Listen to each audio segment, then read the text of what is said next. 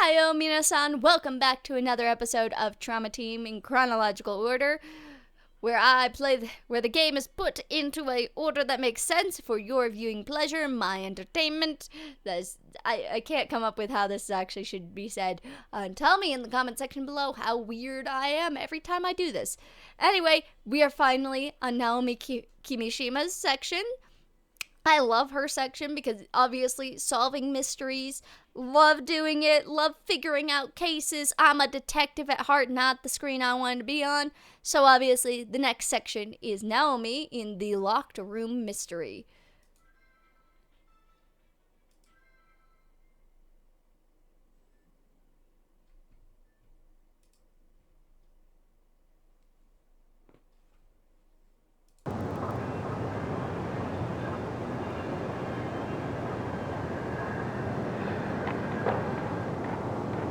We've received word about you. Miss Kimishima, is it? Good. This'll make things easier. Where's the victim? He's over here. This way, please. Victim is Dennis Taylor, 30-year-old male. Neighbor called in the fire. The fireman found him. The knife in his hand matched the cut wounds. Probably suicide. Huh. What's this? Oh, that's where the fire started, likely before the suicide. Oh, you poor idiots. This ain't a suicide. Miss Kimishima?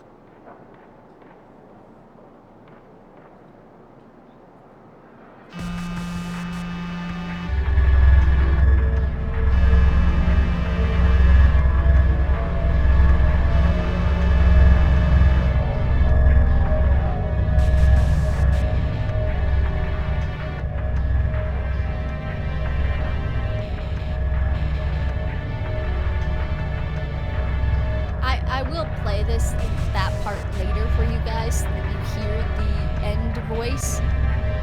/ you should hear it when we get to the final part.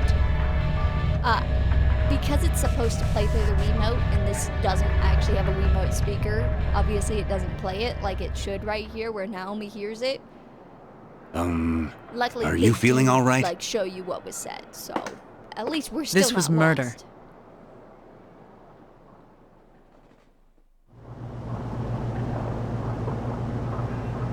Send the corpse to CIFM immediately. I'll examine it. I want all finger and footprints found in that room.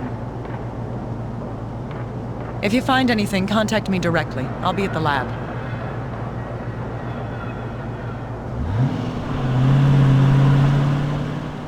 What was that about? Well, she does work at the forensic medicine laboratory. Supposedly, she solved a lot of cases for the FBI. I know, ain't this The fun? FBI? I'm the corpse whisperer. That's right. That means we need to keep out of this. Come on, hurry down to the car for the fingerprint powder. Oh, right away.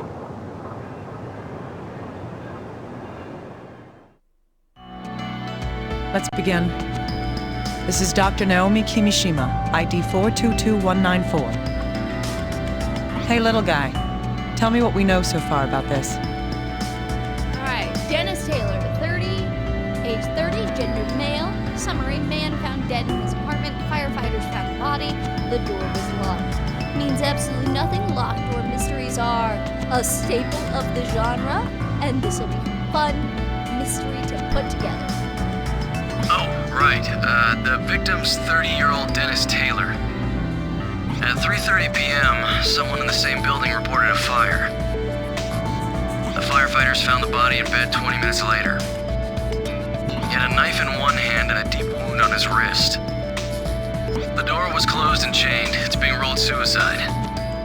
Nonsense. Is that your personal opinion or your FBI training? What? Isn't that the most reasonable fitting explanation? I thought people learned when they grew older. Doctor, what do you mean by that? What the hell do you mean by that? You're being very petty right now, my dear lady. Let's begin. Show me how this life's flame was snuffed out. Yep, Autopsy, autopsy. The truth can never truly die. Now, let's first take a look at the corpse. No. I've had the body taken to the evidence room. You're free to examine it whenever you want. Alright, I'll head over there right now. Dr. Kimishima, one more thing before you go. What now? The information that we know up to this point has been sent to your computer. If you don't mind, would you please check that out? I love how this is like one of the only segments that's not fully voiced. And it's just because there's so much dialogue, they probably didn't want to pay the voice actors to do all of this.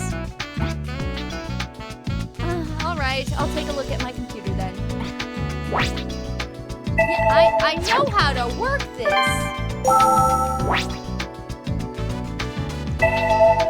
Yeah, I know.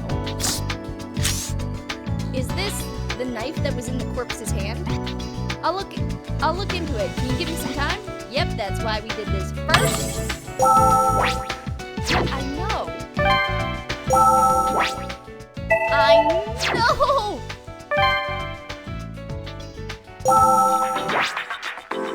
Alright, we're gonna go look at a corpse. Ooh, this is gonna be fun.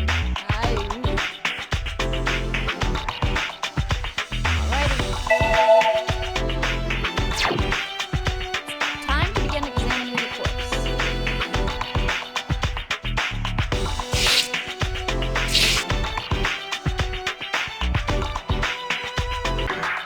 Alright, I think I know how to do this. Not what I meant to do, everybody.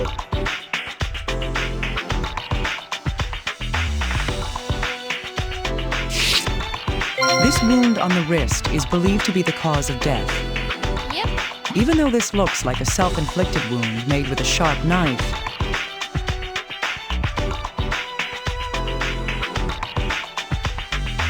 there's something unnatural about it. Yeah, no shit, Sherlock. It doesn't seem deep enough.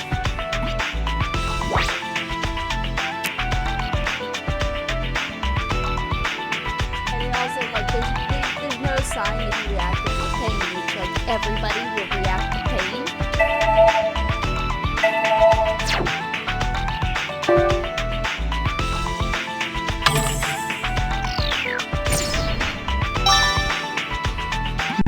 That's right. There's only the one wound on the wrist. A single slash, deep enough to reach the artery.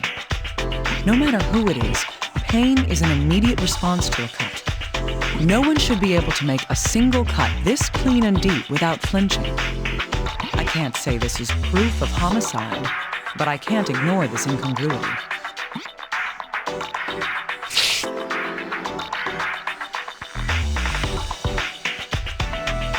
Alrighty, sorry about that little bit of a jump, but we had some audio difficulties for a second there.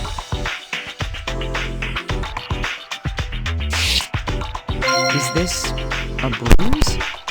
It's oddly shaped, though.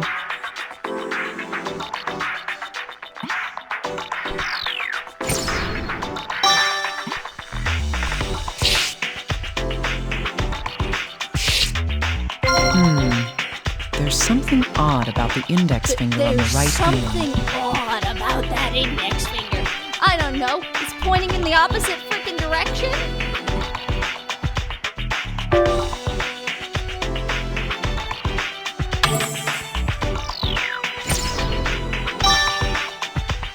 Indeed. We can't say what's wrong with it for sure until it's sent in for analysis. You can't. I'm sorry, what? You can't say what's wrong with it without sending it in for analysis? Excuse you? The opposite direction is every other finger.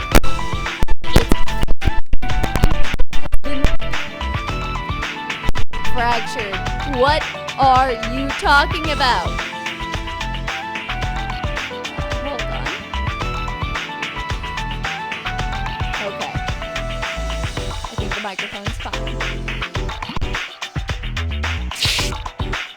Alright, let's continue what I was doing.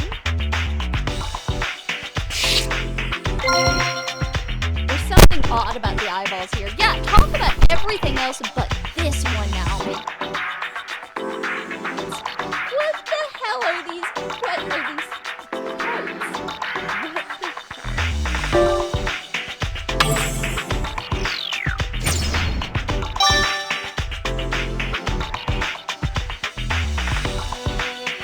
Yes, there appear to be spots of hemorrhaging in the eyeballs. Yeah, no shit, Sherlock. This isn't a common condition. Oh, really? It's not common. I'm sorry. There are gonna be times where I say this to Naomi, and I'm just yelling at her. Perhaps I should ask Little Guy about it. You're the doctor here, lady. Well, that should wrap up what I can learn from here. I should review the gathered information.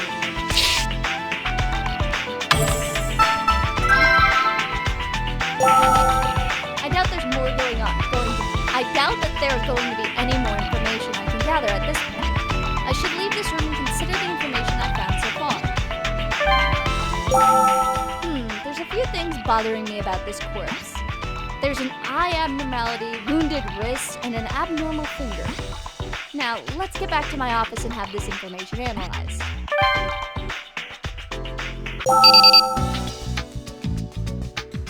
I can use my computer to sort out the information that I've gathered. I should try doing that now with what I've learned so far. Select computer. The investigator's trying to contact you through the computer. Yeah. Now let's try sorting through the information that's been gathered so far. Dr. Kimishima, the results of the examination of the knife have come in. Thank you, little guy. Let's see. The knife itself is a cheap common brand sold all over the country. And? It'll be difficult to locate where the knife came from. Not the point here, buddy. The blood left on the blade matches the deceased's. Only his fingerprints were found on the handle as well. I see. At least one thing is clear now. That is... At least one thing is clear now.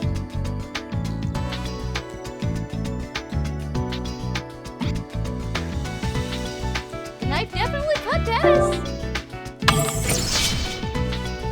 We know that's for a fact. Yes, this knife is believed to have been used to slit the victim's wrist. Yes, at least it did that. I do not mean that it took his life though. That's a stretch. Even then, we can't prove that unless we compare it to the wound. Yep, we gotta compare it. Yay, using his phone.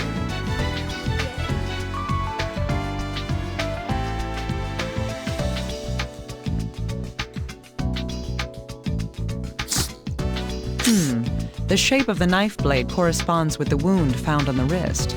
This means that... The knife was used on his wrist.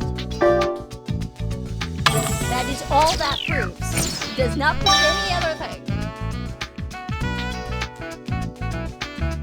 Indeed. This appears to be an open and shut case. It is not. This is trauma team. Nothing is open and shut here. Then again, this all seems a little too convenient for me. Hemorrhaging in the eyes, you say?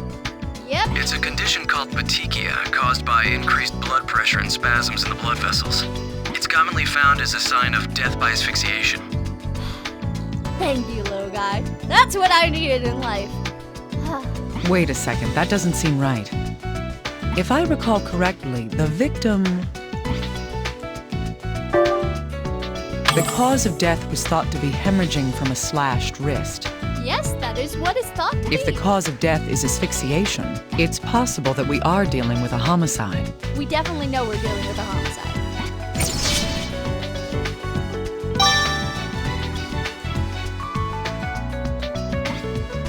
Signs of asphyxiation. There's no mistake. This finger is fractured. Obviously! I did not need you to say that. Can you send me the details? Get an x-ray performed as soon as possible. Oh, and I have one more piece of good news, Dr. Kimishima. What is this good news, my dear man? I've received a recording from HQ of a witness's account. Oh, thank you. Great, that will be useful. Who's the witness? It's the deceased's neighbor. We've asked her some questions about the day of the incident. Well, that'll be fun. Perfect timing. Maybe we'll be able to use her account to determine when the fire started.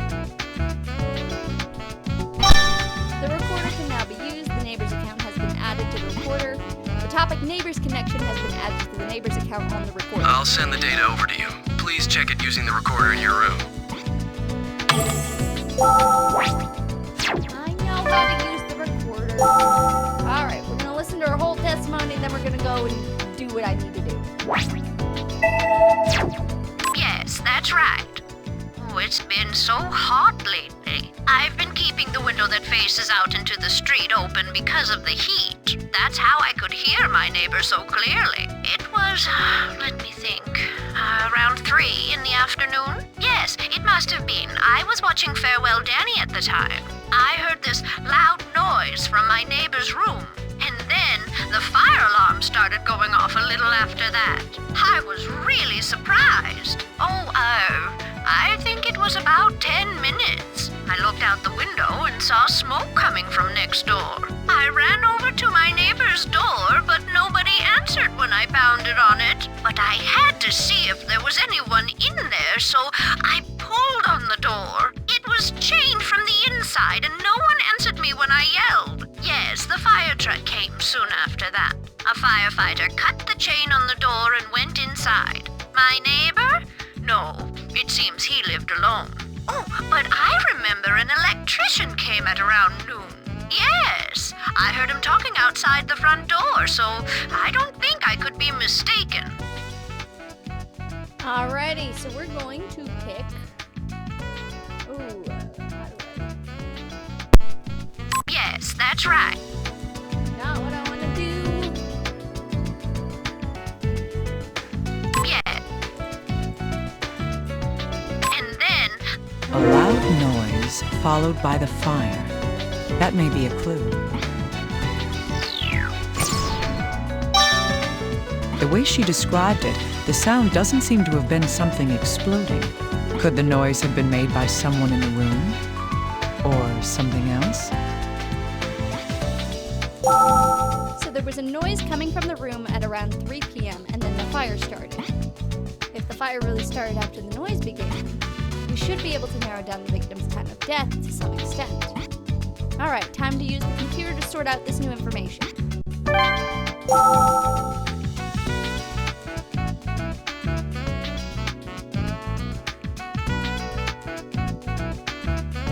Now let's try sorting through the information that's been gathered so far. Not what I meant to do. The room was sealed, and the neighbor heard the sounds at around 3 p.m. The fire occurred not long after that. What we can deduce from that is... He had to be alive until 3 o'clock.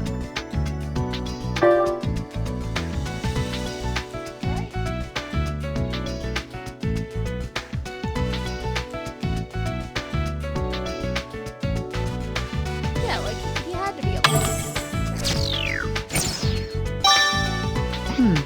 That's right. At least, that's all we can determine using our current information. The deceased was alone at the time, so there's a good chance he made the noise. Still, we need more information to see if there was anyone else in the room when it happened.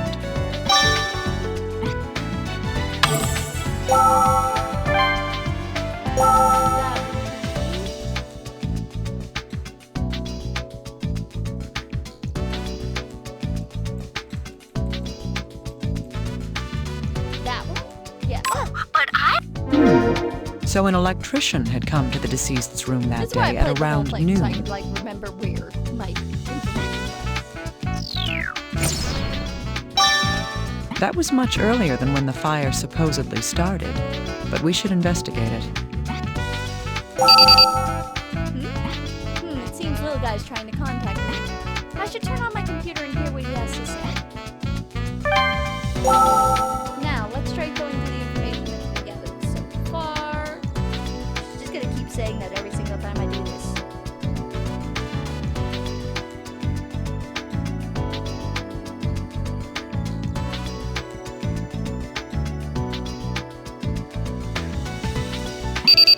Ah, little guy. Perfect timing. It seems an electrician entered the deceased's room around noon on the day of the incident. If he's talked to your people, can you ask them for the recordings of the interview? All right, I'll contact them immediately. Please do. How's the analysis going? Yes, please. Well, regarding the fracture on the corpse's finger, the right index finger was fractured by an external force. It's rather odd. There are no signs of healing in the fractured area. Ah, so you mean it was fractured after he was already dead? No traces of healing. That would mean... That's right. Reactions to injury, like minute healing and hypodermic hemorrhaging, are vital reactions. They only occur while the body is still alive. Thus, if there were no vital reactions to this broken bone, the fracture happened... Obviously, it happened. It must have occurred after the person was already dead. Yeah, ain't that just a funny coincidence? Plus, how do you cut yourself with a broken That finger? would have to be the case. Although, again, obviously the finger was broken afterwards, so I don't think this line of questioning works, but hey. Oh, and to be clear, there's no way that the body was damaged during transport. We take the utmost precautions when moving bodies. Huh. I hadn't considered that until you brought it up. Still, I'll take your word for it. If his index finger was broken, using the hand would have caused a great deal of pain. With that in mind, he shouldn't have been able to use his right hand all that well. So he couldn't have slashed his left wrist.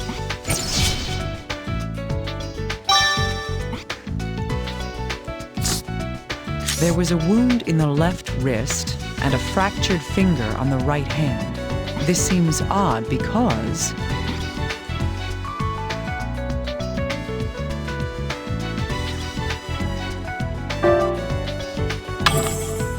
Yep.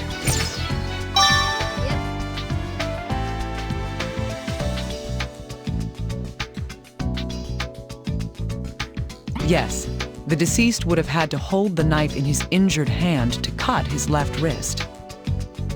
Then he would have had to cut deep enough to sever the artery, putting pressure on his broken finger. Although again, the finger broke after he died. This is all just issues. Even if he was right-handed, this situation just doesn't add up. Hello, Dr. Kimishima. Oh, now you're going to speak to me. Cut the small talk. What do you want? So cold. HQ's questioned the electrician that the neighbor mentioned. I've sent you the recordings. It seems HQ already knew who he was, so there wasn't a problem. Now we'll find out why that electrician went to the deceased's room. Alright, we're gonna play the whole electrician, and then I'll go to the section I need. Yes? Oh, yes, that's right. A murder? Yes, that's fine. He said his ear was broken and needed to be fixed. That was around noon, I think? I got the call earlier that day. Yes. He said he needed it fixed that day, so I went straight there when I finished the job I was doing. Yeah, it was really quick. All I had to do was swap out a cable. Right. I think I was only there for about an hour. Yes, I fixed his heater. The customer? Well, the way he looked, I wouldn't be surprised if he committed suicide. Around 3 p.m.? No, I wouldn't have a clue. I was already fixing a washing machine at my next appointment's house at that time. Alrighty.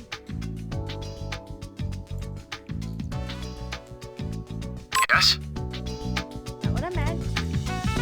He said his ear was... He fixed the air. We should focus on that. There's nothing odd about having a repairman come to work on the ventilation system. Nope, no there is not. But, at the very least, Dennis was still alive when the electrician came.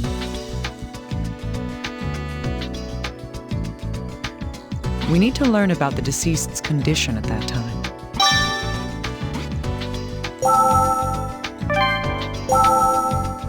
Now let's try sorting information. Yes, these pieces of information do go together. On the day of the incident, the electrician had been asked to repair the deceased's air. The electrician went to the deceased's room at noon and left after finishing his work. Both the deceased's neighbor and the electrician himself agree on this.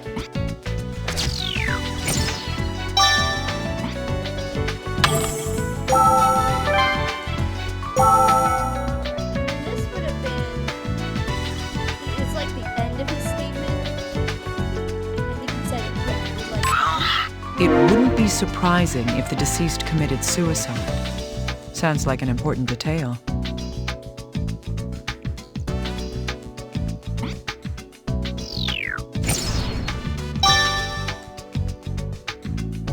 Does that mean the deceased had a motive for killing himself? I mean, I wouldn't say so. Alright, let's drag 2 cards together. Indeed. Both of these facts relate to the deceased. The last time the deceased was seen alive was... 1 p.m. That's right. At that time, he seemed... Yes. This comes from the electrician's testimony. The last time we believe the deceased could have been alive... 3 p.m. does the fire happen then?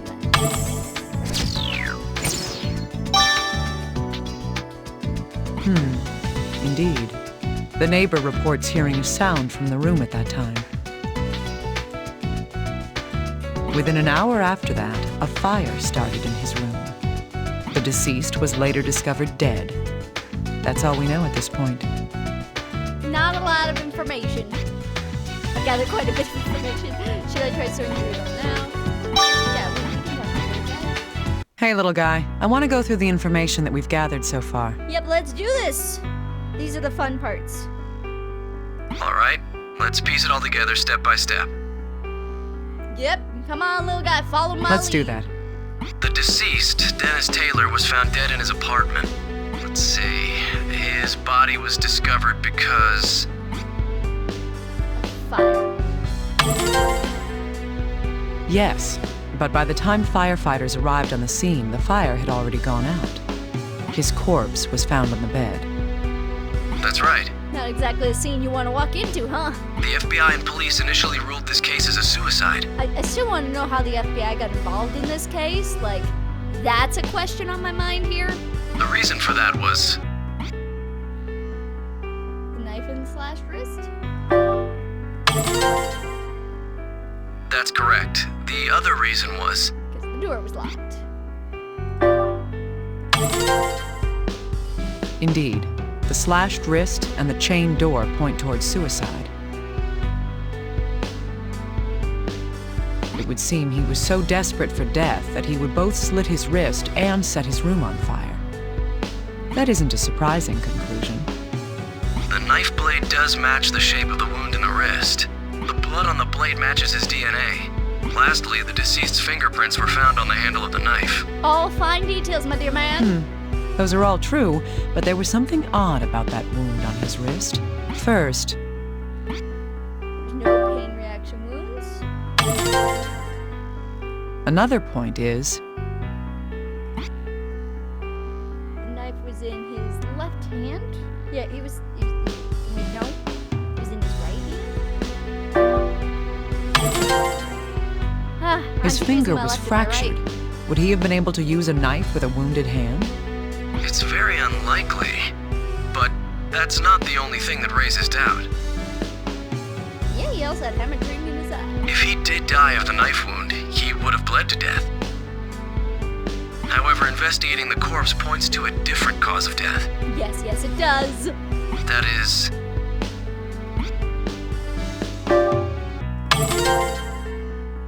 That's right, the petechia on the eyes and the strange bruise on his abdomen.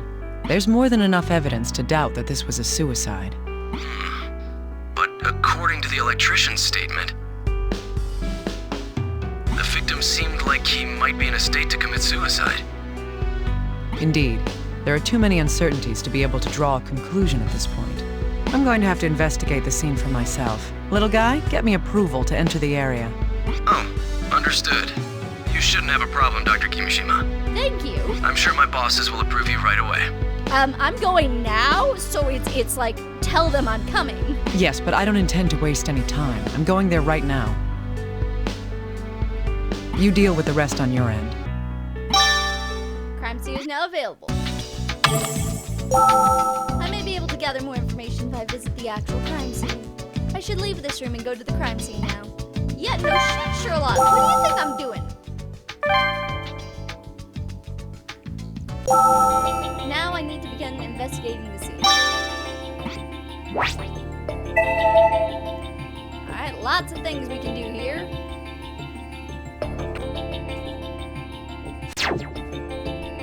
Alrighty, time to investigate before somebody gives me tools. This is where the deceased's corpse was. If this bloodstain is his blood, then...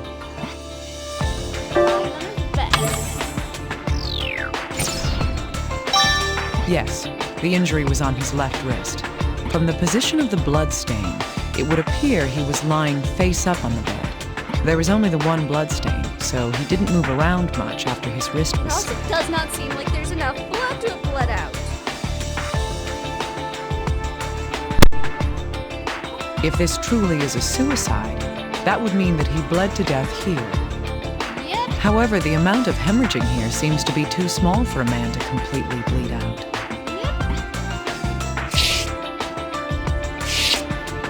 It's the ceiling fan. There's a speed selector and a timer. One of the blades seems to be broken, though.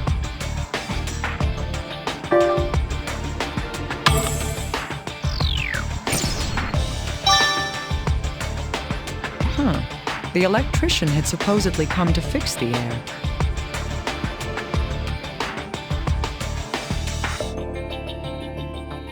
I need to review his testimony to confirm what he actually fixed. Yes, we do. This is a table. Now that I look closely, the burns are most severe right here. What was burning here? If I send this for analysis, I might find out what was on fire on the table.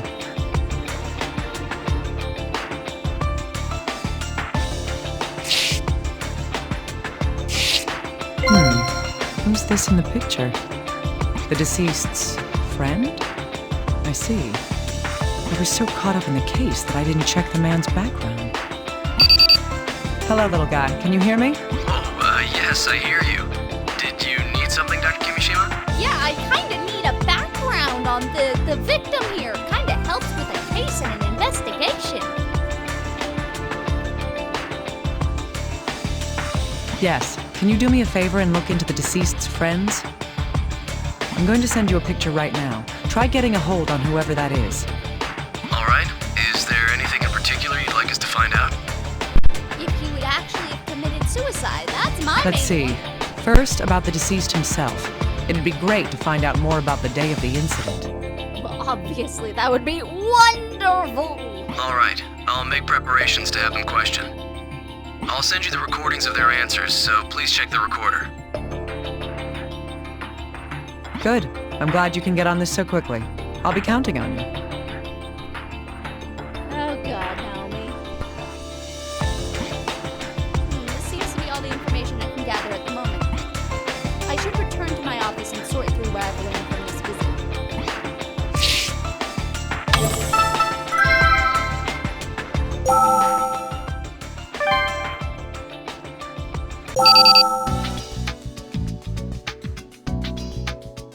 Dr. Kimishima, I forgot to tell you.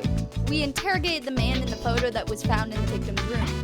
As usual, I've transferred the voice data over to you. Please use the recorder to review the interview. Alright, this conversation is about the victim's acquaintances, right? He may have some valuable information for us. At least, information regarding the victim on the day of the incident. I should keep my ears open while I listen to it.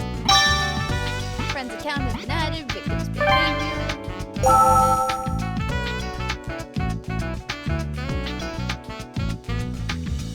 Gonna be long.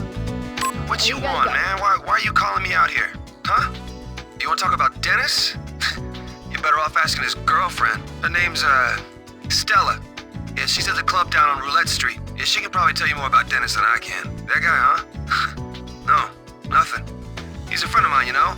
I don't hate him. We'd been drinking together the night before he died, after all. He did seem pretty flush recently, if you know what I mean. He called me up out of the blue and, said he'd pick up the tab that night. That wasn't really important, it was just how he normally brags. He was all proud of this red Portland Jacks t-shirt he was wearing, too. The red ones are a limited edition or something, they're pretty rare. Didn't you know that?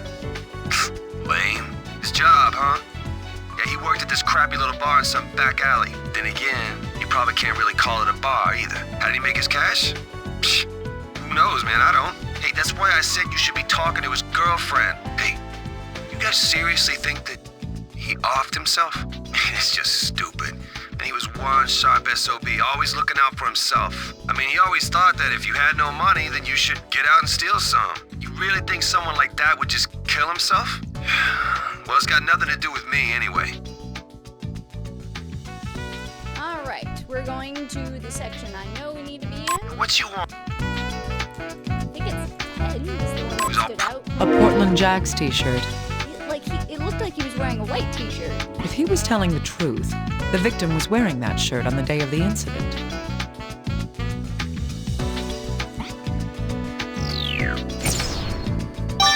In any case, after hearing this testimony, it seems hard to believe that the deceased would have committed suicide. Absolutely. That reminds me, the man said in his interview that the deceased had a girlfriend. I wonder if HQ knows who she is. This is worth asking Little Guy about. Yes, did you call Dr. Kimishima? Obviously, I called you, my dear man. I need you to look into somebody for me. A woman named Stella Abbott. Oh, the deceased's girlfriend? Well, technically his ex. That doesn't matter. Can you find her? We already have. HQ's just finished questioning her. Oh, should I? Please. Now, if you don't mind. mind. I feel like I'm getting closer to understanding who Dennis Taylor really is. I think not. I don't think you know a single goddamn thing, Naomi. We'll figure it out.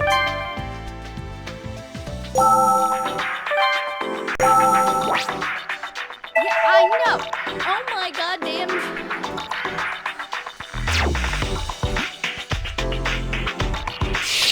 That reminds me. Someone mentioned the clothing that the deceased was wearing on the day of the incident.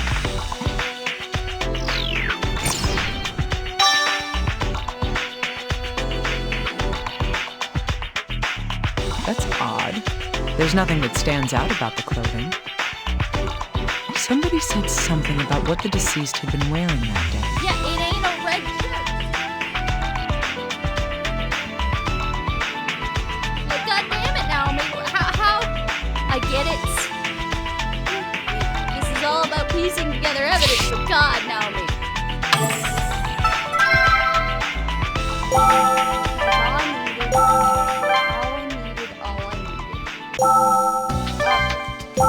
Let's piece together some information. Now let's keep piecing together some information. Something about this shirt is bothering me. Obviously.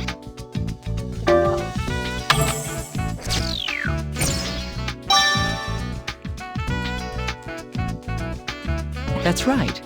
The deceased was apparently wearing a red t-shirt on the day of the incident. Did he change after he got home? Or was there some reason for changing his shirt?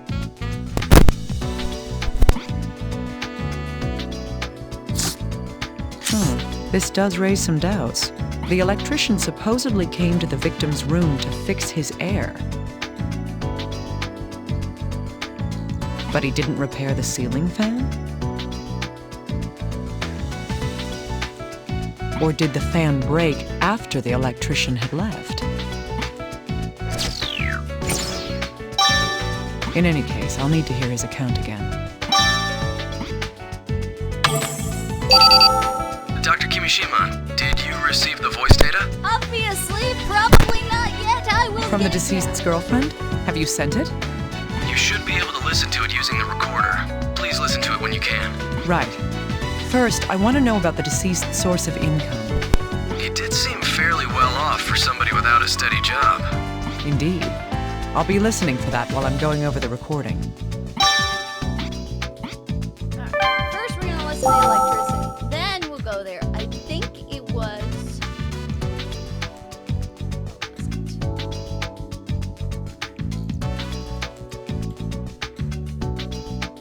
I think it was 8. Yes, I fixed. He fixed the heater. Something about that seems odd. It's way too hot for a heater.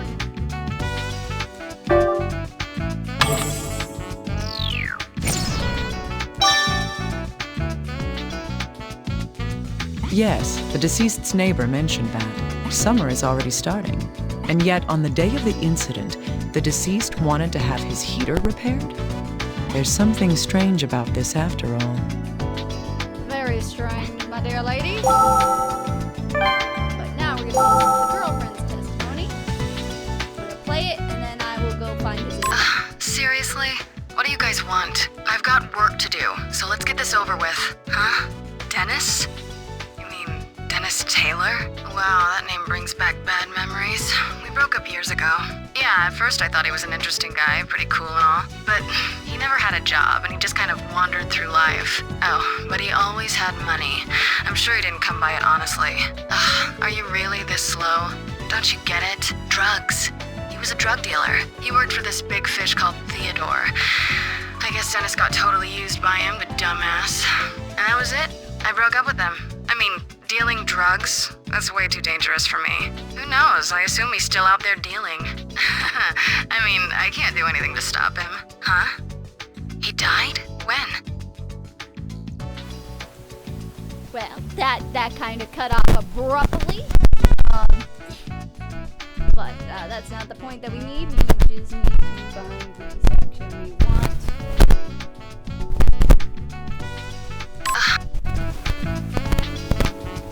Drugs. Good heavens. The deceased's been holding on to quite a secret. I'm going to have to change the way I approach this case.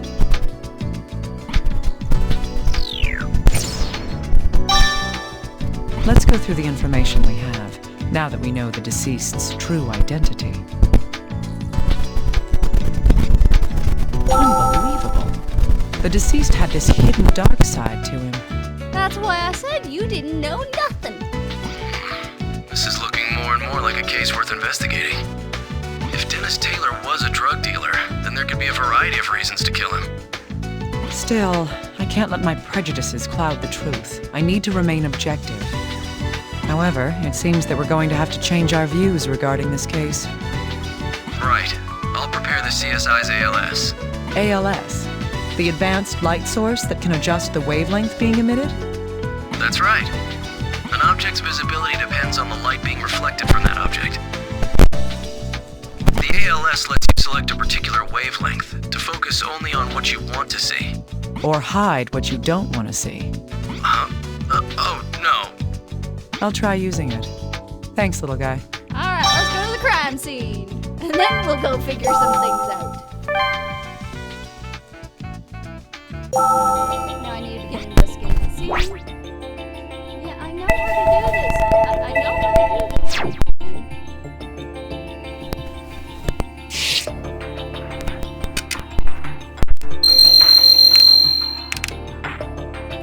There's white powder scattered on the floor. It looks like there are footprints in it.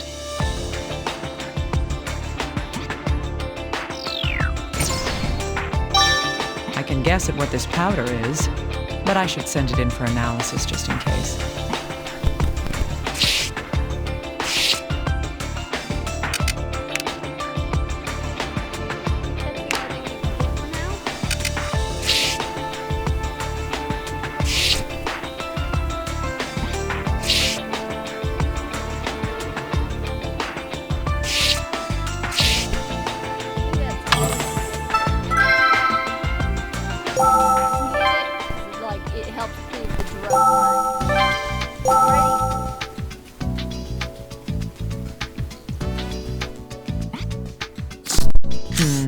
I still have doubts.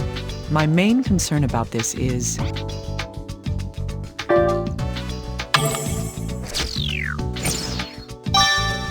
Yes, fans circulate air within a room. If the owner was having his air system fixed, the fan should have been considered part of it. Yeah. Why then would the electrician fix only the heater and not the ceiling fan?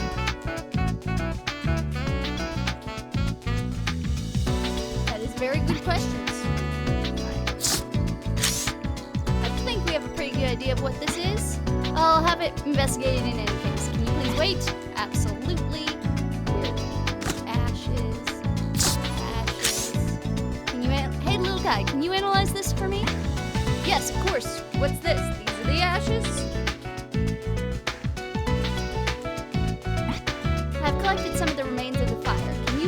what started the fire? I can't promise anything, but I'll send it to the lab. I'll contact you once the results of the analysis come back, so please continue with your investigation. Yep, and then this one. This is a blood stain. One moment, please. I did some quick calculations. A stain of that size would take about 800 milliliters of blood.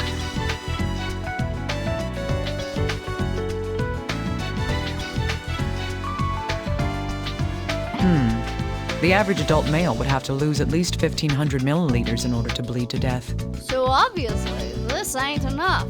This means that No.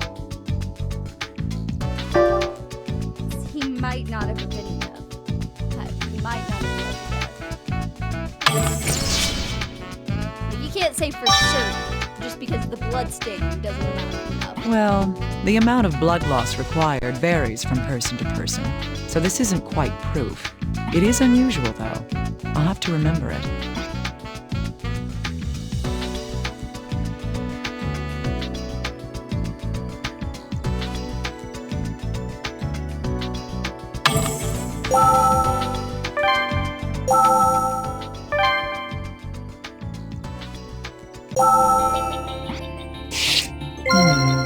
This powder on the floor seems to trail behind the shelf. Bing, there's more of that powder inside this hole in the wall. What an obvious place for a hiding spot. Mr. Taylor wasn't all that clever.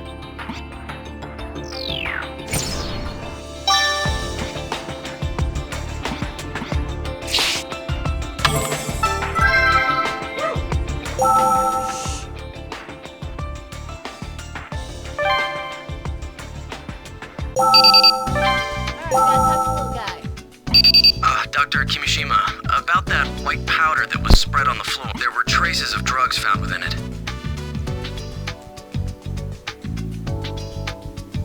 A number of different sets of footprints were identified in that powder as well. They all belong to the firefighters, police, and you, of course. I see. That means...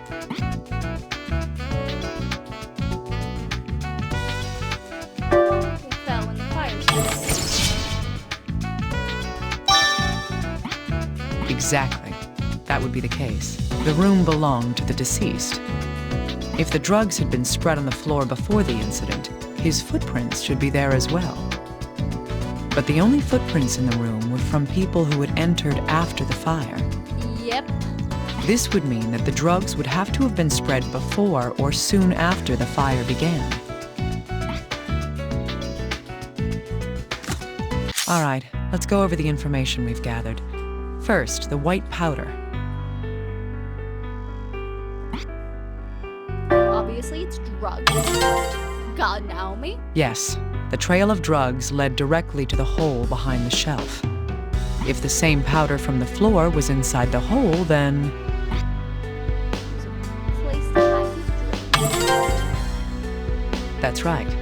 But there weren't any drugs inside the hole. So somebody took the drugs. The layer of drugs had footprints from the firefighters, the police, and me left in them. All of the footprints had something in common. Made after the fire. Indeed. There weren't any footprints from before the time the fire began. So from this, we can deduce that the drugs must have been scattered on the floor when... Just before the fire or just after? They should have been after the fire. What?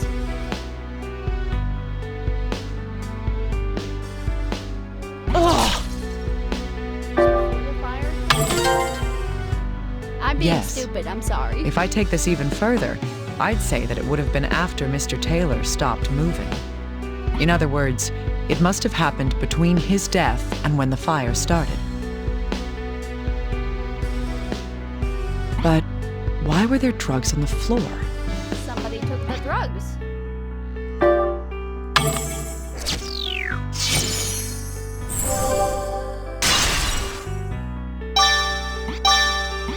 Golden cards are treated as evidence in your investigation. They do not need to be analyzed or fused with other evidence cards. Yes, they must have spilled out when someone removed the drugs from the hole in the wall.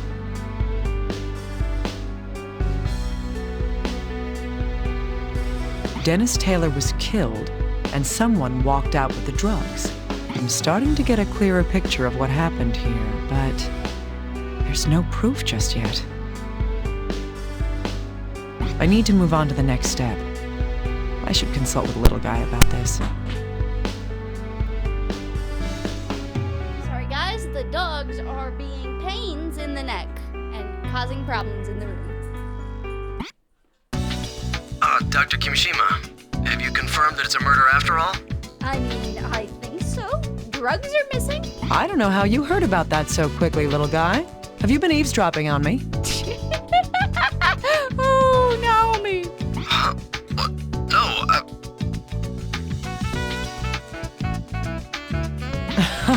Forget it. I can see right through you. Oh, right. I have a new tool for you.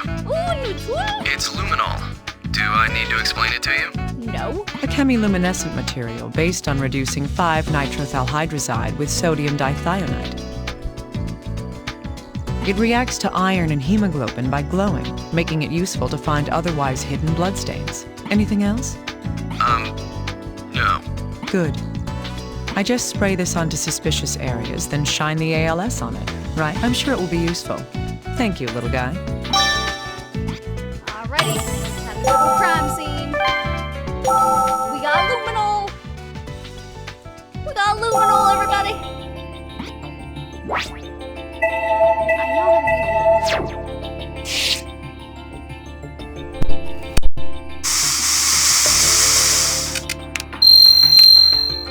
So there were bloodstains here too. Except they were cleaned up, so, not exactly the greatest thing. If these are from the deceased, we may be able to use this with something else that we know.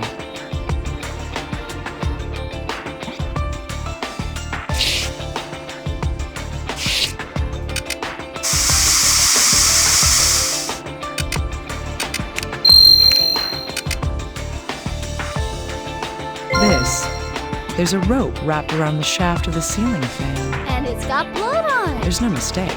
Those are bloodstains.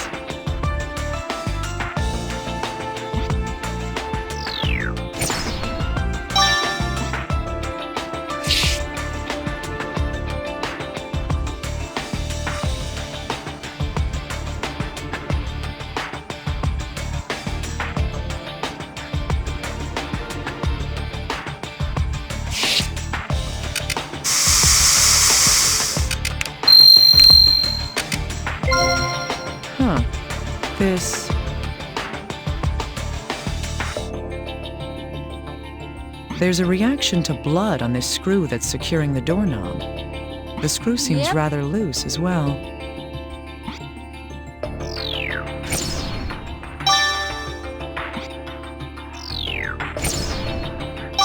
Come to think of it, the door to this room was chained shut when the fire started.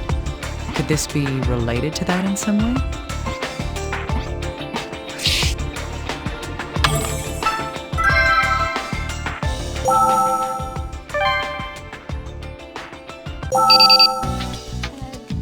Doesn't look like I'll be able to learn any more from the scene of the crime.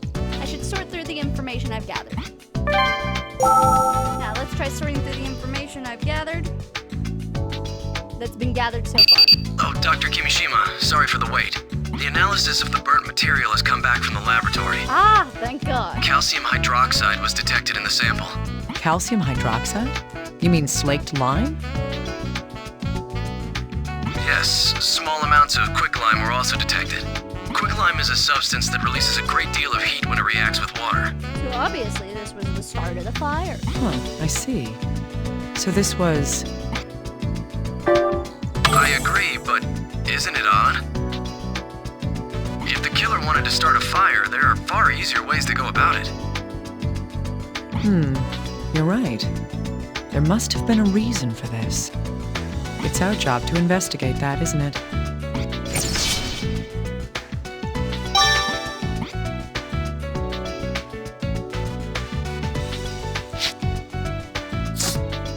Yes, these two pieces can be combined into one. The rope wrapped around the ceiling fan is what caused it to break. I mean, That's an assumption that we don't know about. The question now is why there was a rope around it in the first place. I mean, I'd be more concerned with why the rope has blood on it. What's this? It just looks like a loose screw to me. Think harder, little guy. How was the room when the firefighters arrived at the scene? The entrance was closed, but was it completely inaccessible? Locked only by the chain. That's right. The chain on the door had been attached, but the door itself wasn't locked. Sorry, but the door only opens about 15 centimeters with the chain attached. I don't even think a small child could get through a space that small. You're so unimaginative. Flex your mind and think about it. Listen to me. What I'm trying to tell you is... By removing one screw.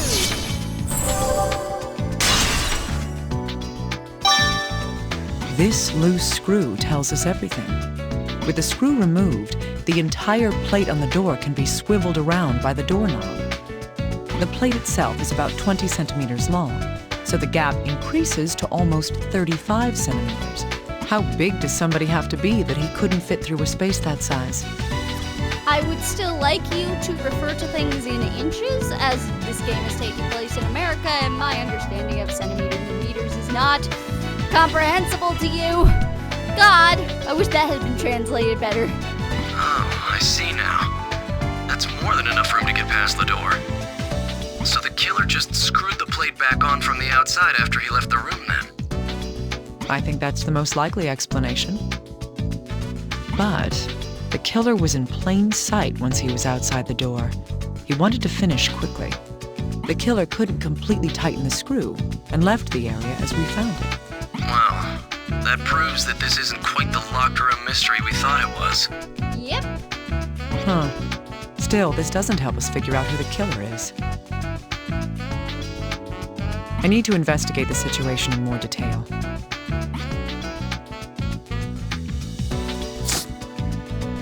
Dr. Kimishima, we've identified the blood on the screw. It's a DNA match with the victim, Dennis Taylor. Why would his blood be there, of all places? Because a murder weapon touched the screw. It's simple. What happened was...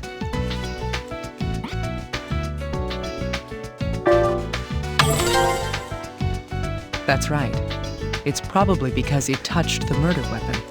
Wait, why would the killer touch that screw with the murder weapon? He would have to, if the weapon was... A screwdriver. Yes, a screwdriver. It was likely used to both loosen and tighten that screw. I see. Then the screwdriver left the blood on the screw while he was covering his tracks.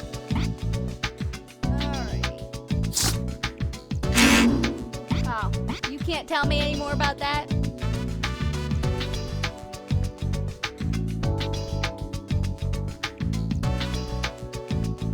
Well, where's the bruise?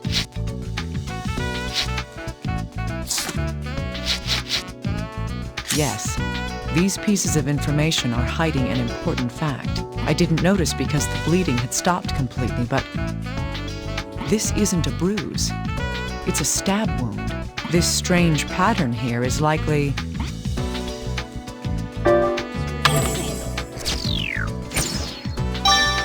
Yes, that's right. It's indisputable evidence that the weapon was jammed in so deeply that the grip left a bruise. Which, I mean, happens when somebody tries to murder you.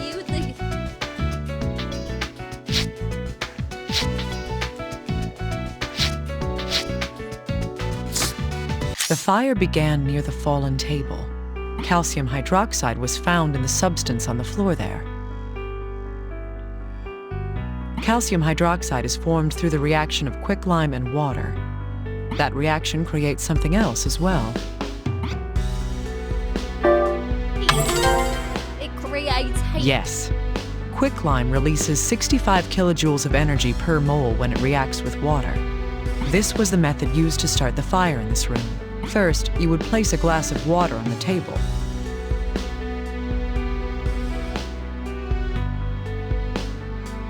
You would also put quicklime around the floor and on the table near the glass. When the table falls over, the hydration heat caused by the reaction would cause a fire. But why would the killer go through such a complicated plan to start a fire? To delay the start of the fire. That's right. If all he wanted was a fire, he could have just set something on fire. The killer needed to have a delay until the fire began. That's why he devised a plan that made use of two components.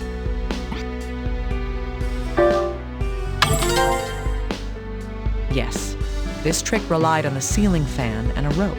The killer wrapped one end of the rope around the fan and tied the other to a table leg. When the fan activated according to its timer, the fan wound the rope up, flipping the table over and spilling the water onto the quicklime. However, there's still one basic question left to be asked. Why did the killer have to set the room on fire in the first place? To create an alibi. Why go through this extravagant setup to make it happen? The reason for that is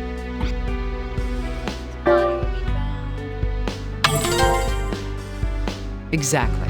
Due to the fact that there was nothing flammable added to the body itself, the culprit never intended for the corpse and the evidence to be destroyed in the fire.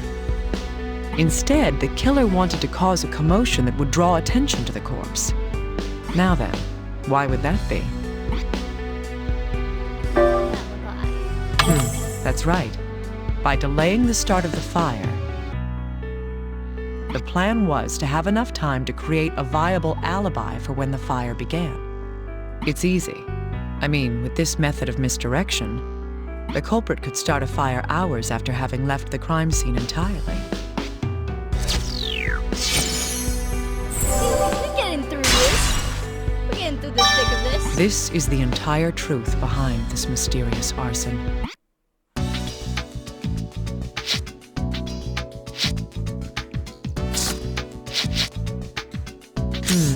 Yes, these do lead the way to a definite truth.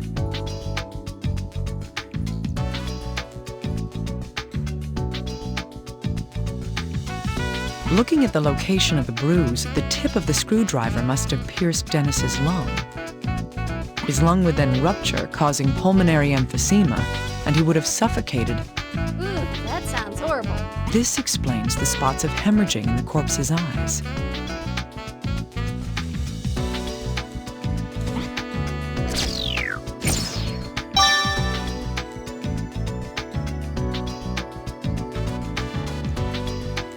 What actually happened that day is slowly coming to light now.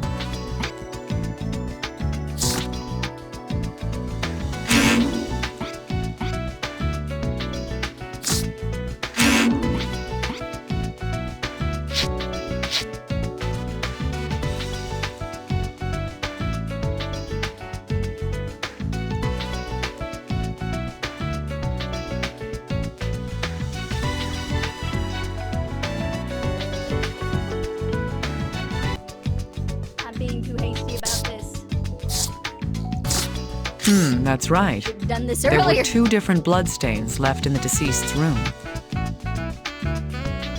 People keep texting me, and I don't want to text me right now. Sorry about that, everybody. Now, which of these bloodstains happened first? 4, because it was cleaned up.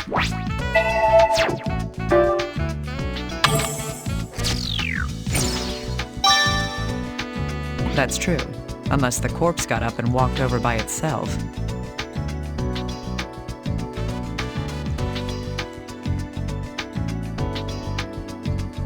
It's most likely that the deceased died where the first bloodstains were found, and then was carried to the bed afterwards. That would explain why there was such a small amount of blood on the bed itself.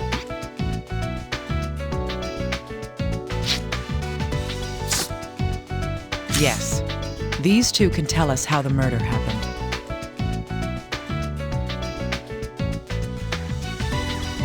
A On the day of the incident, the killer came to the victim's room and stabbed him in the torso. The murder weapon was...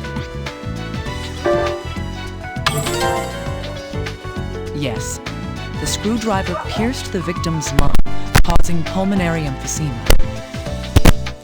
This caused respiratory problems due to lung failure. Thus, the cause of death was... asphyxiation. After this, the killer moved the victim to the bed. This is most likely because... to make it look like a suicide.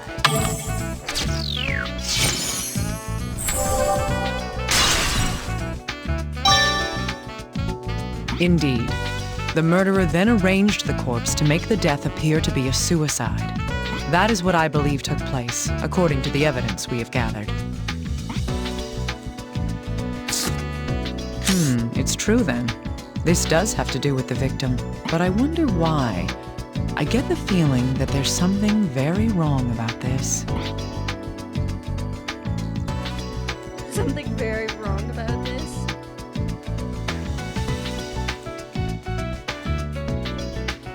Obviously, his behavior is like number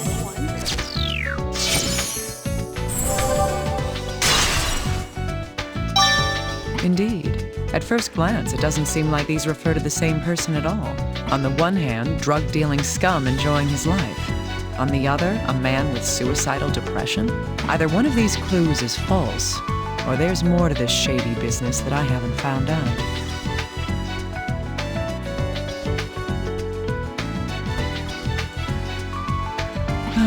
In either case, the truth of the matter is that he was indeed a drug dealer. Yep. There's something that doesn't quite fit here considering the victim's cause of death. I should go check on the personal effects once more. Yes, now that he's died from asphyxiation, we need to check that there's not a hole in his shirt. I found the true cause of death, now there's something I have to check.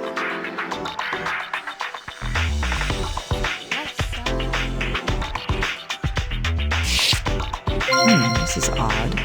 There's something missing that should be here. If the puncture wound in the abdomen is the true cause of death... Right. There should be blood stains and a hole where the screwdriver went through his clothing.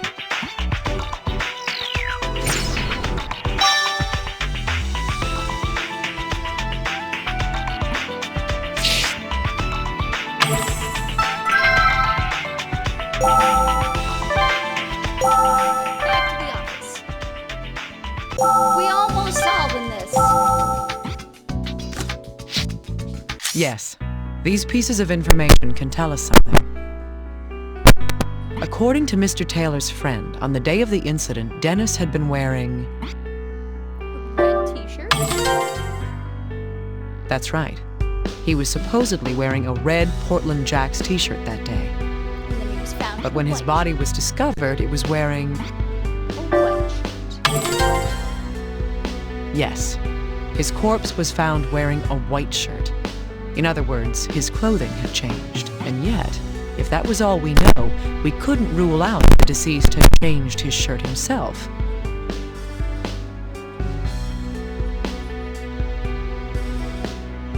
However, if he had, there would still be a discrepancy. No indication of the stab wound. That's your discrepancy. Yes, the corpse had a wound that wasn't reflected by the state of the clothing it was wearing. There's only one answer to this puzzle, and that is... the killer changed. The killer changed Dennis. Indeed. Whoever had killed Mr. Taylor replaced the shirt he was wearing after killing him. The reason for doing that was...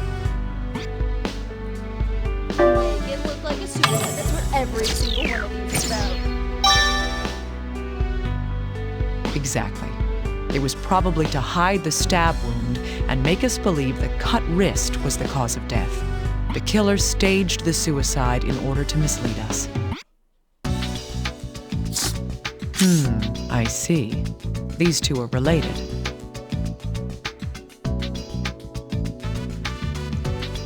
There are no vital reactions to the broken finger.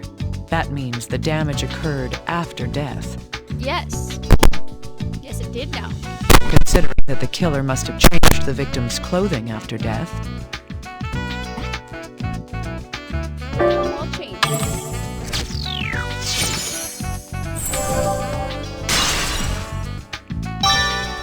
That's right. The killer broke the corpse's finger while changing the shirt on the body.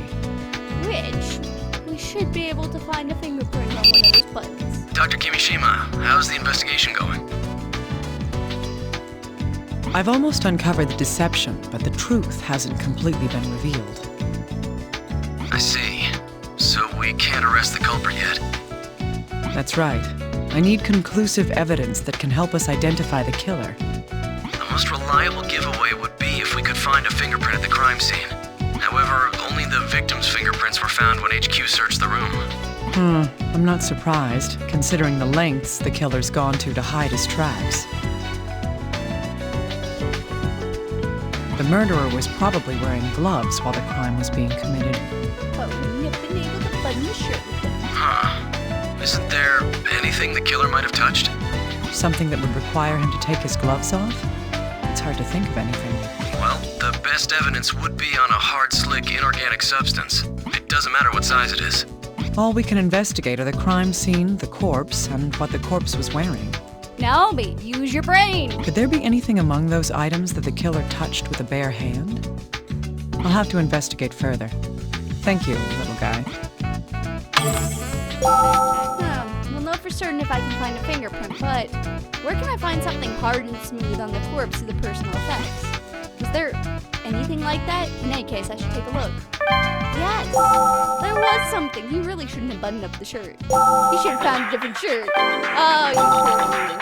A hard, slick, inorganic substance. Is there something like that here? Yes, there is, Naomi. The killer put this shirt on the victim's corpse after the murder took place.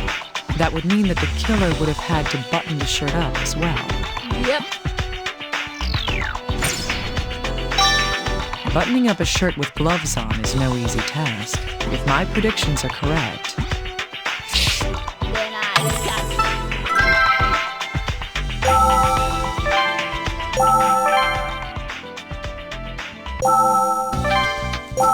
you. We are almost done, everybody. Uh-huh. The buttons on the victim's clothes, huh? I'll look into them right away. One moment, please. hopefully this will help us find the identity of our mystery murderer. Dr. Kimishima, it was there. I found it. There's a fingerprint from someone who isn't the victim. It's, a right thumb. Great. Run the print through the list of registered offenders immediately. Leave it to me. Such an attention to detail has gone into this. It can't possibly be a first-time offender. I hope not. There has to be a match for this fingerprint in our records. I sincerely hope so. This case should be over soon.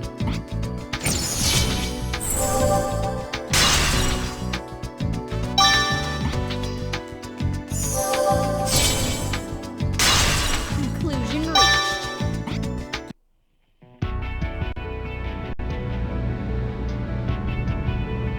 The dead shall speak. Let's put together the truth of what happened here. Yep. The victim in this case is 30-year-old Dennis Taylor. As there's no motive for murder, it's a suspected suicide. However, the victim had a hidden other side. This card is the one with proof of that.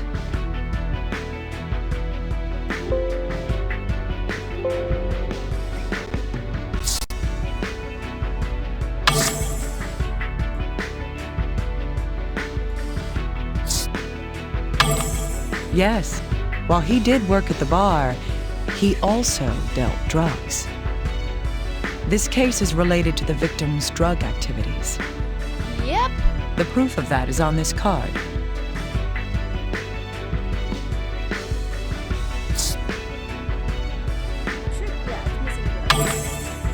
Indeed, the drugs hidden behind the shelf were missing. The killer went into Taylor's room to kill him for his drugs. The real cause of the victim's death can tell us that. I know that because of this card.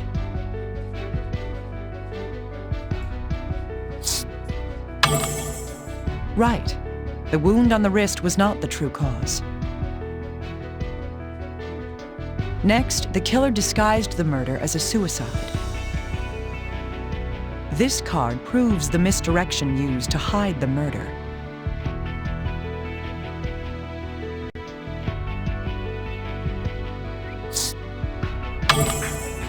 Yes, the appearance of suicide covered up the real cause.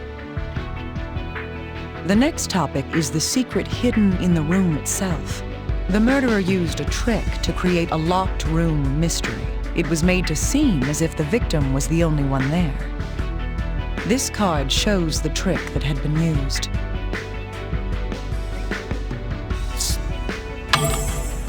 Exactly. The killer thought this would clear his trail. And yet, the culprit had one more way to hide from suspicion. That was to hide when the murder itself took place. This card shows how he went about that ruse.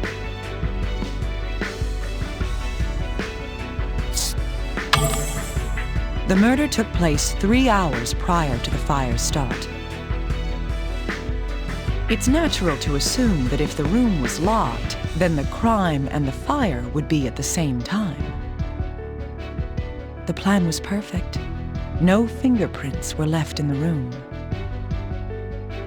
However, there was one thing the killer hadn't counted on. There was one task he needed to remove his gloves to do. This card is evidence of that task.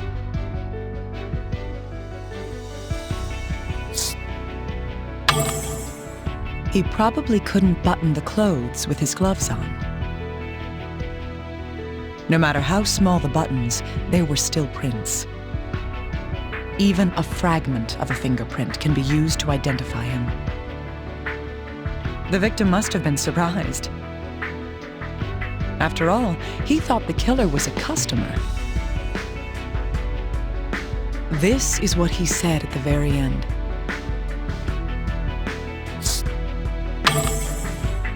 Stop! You! No! The final flickers of this soul's light show me the truth.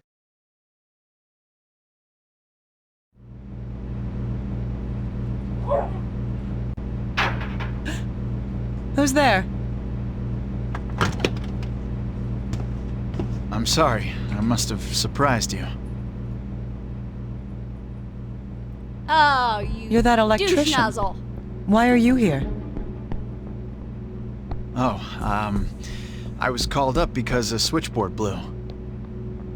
I need to have it fixed by tomorrow.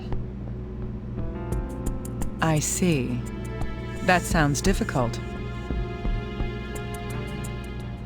Oh, Naomi. Ooh-hoo-hoo.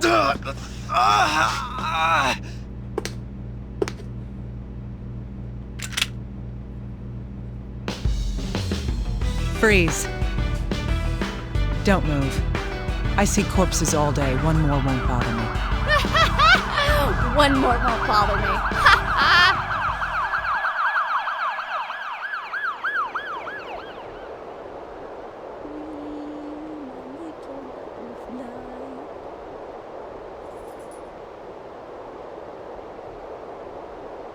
Naomi!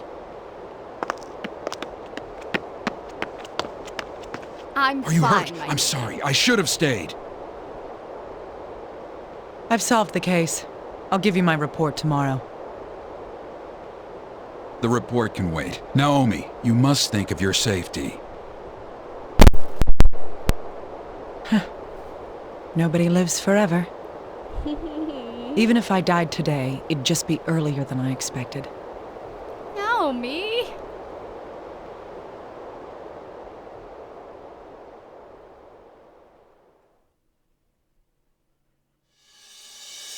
And there we have it, everybody. That is the locked room mystery, the first of our investigative episodes. You can see these things are long. These are going to be like the giant chunk of episodes. Just like diagnostics, these things, they take a little bit. There's a lot of dialogue. There's a lot of intrigued in them. And this is like the shortest of all of them. Because it basically was very simple, straightforward.